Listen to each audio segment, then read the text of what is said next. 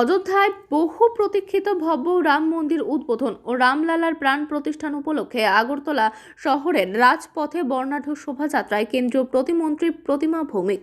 অযোধ্যায় বহু প্রতীক্ষিত রাম মন্দির উদ্বোধন ও রামলালার প্রাণ প্রতিষ্ঠান উপলক্ষে রবিবার আগরতলা রবীন্দ্র শতবার্ষিকী ভবন প্রাঙ্গণ থেকে আগরতলা শহরের বিভিন্ন রাজপথ পরিক্রমা করে পরবর্তী সময়ে ত্রিপুরা বিবেকানন্দ বিচার মঞ্চ ও মজদুর মনিটরিং সেলের পক্ষ থেকে এক অনুষ্ঠানের আয়োজন করা হয়। উপস্থিত ছিলেন কেন্দ্রীয় প্রতিমন্ত্রী প্রতিমা ভৌমিক সহ বিবেকানন্দ বিচার মঞ্চ ও মজদুর মনিটরিং সেলের কর্মকর্তারা। পরবর্তী সময়ে সংবাদ মাধ্যমের মুখোমুখি হয়ে কেন্দ্রীয় প্রতিমন্ত্রী প্রতিমা ভৌমিক বলেন, অপেক্ষার আর মাত্র 15 দিন বাকি। সেজে উঠেছে প্রভু শ্রীরামের জন্মভূমি অযোধ্যা নগরী।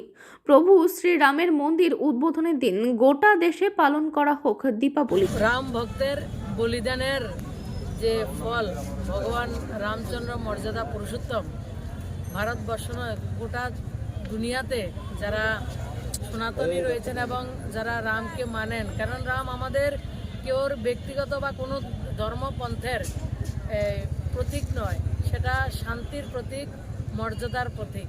সেই ভগবান রামচন্দ্রের প্রাণ প্রতিষ্ঠা আগামী 22শে জানুয়ারি, সেটা আমাদের জন্য অত্যন্ত গর্বের এবং আনন্দের দিন।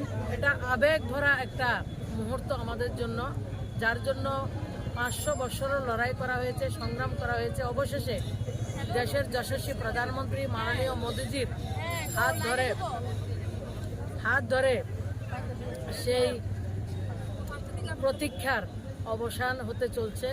তার জন্য গোটা দেশের নাগরিকদের কাছে, জনগণদের কাছে মাননীয় প্রধানমন্ত্রী যে আহ্বান করেছেন যে অমৃতকালে আমরা আমাদের জীবন রামময় হবে, আমরা ত্রেতা যুগে প্রবেশ করছি আগামী 22 তারিখে, সেই দিন আমরা যাতে প্রত্যেকের বাড়িতে প্রদীপ প্রজ্বলন করি। প্রদীপ প্রজ্বলন করার মূল উদ্দেশ্য হচ্ছে ভগবান মর্যাদা পুরুষোত্তম রামচন্দ্র যখন বনবাসে গিয়েছিলেন, বনবাস থেকে যখন তিনি এসেছিলেন, সেদিন যে 14 বছর অযোধ্যাতে অন্ধকার ছিল, শান্তি ছিল না, রাজাই ছিল না, ভগবানে ছিল না, যে জায়গাতে সেই জায়গার কি স্থিতি ছিল সেটা আমরা অনুমান করতে পারি। তো ভগবান যখন সেই অযোধ্যাতে প্রবেশ করেছেন, সেই দিন প্রত্যেকটা ঘরে দীপ উৎসব হয়েছিল, আলোকের সজ্জা হয়েছিল। তো সেই আলোক সজ্জাই আজকের দিনের দীপাবলি উৎসব আমরা পালন করছি।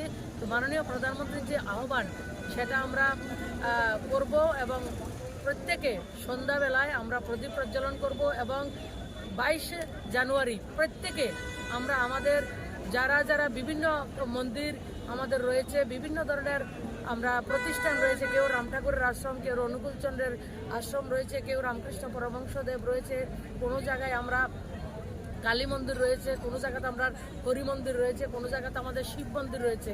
সবার কাছে বিনম্র আবেদন, গোটা রাজ্যবাসীর কাছে, সেদিন আমরা প্রত্যেকে আমাদের ভগবানকে আমরা আহ্বান করব। আমরা সৌভাগ্যশালী, আমরা গৌরবশালী, আমরা মানব রূপে এই মুহূর্তে আমরা ভারতবর্ষে আমরা রয়েছি এবং এই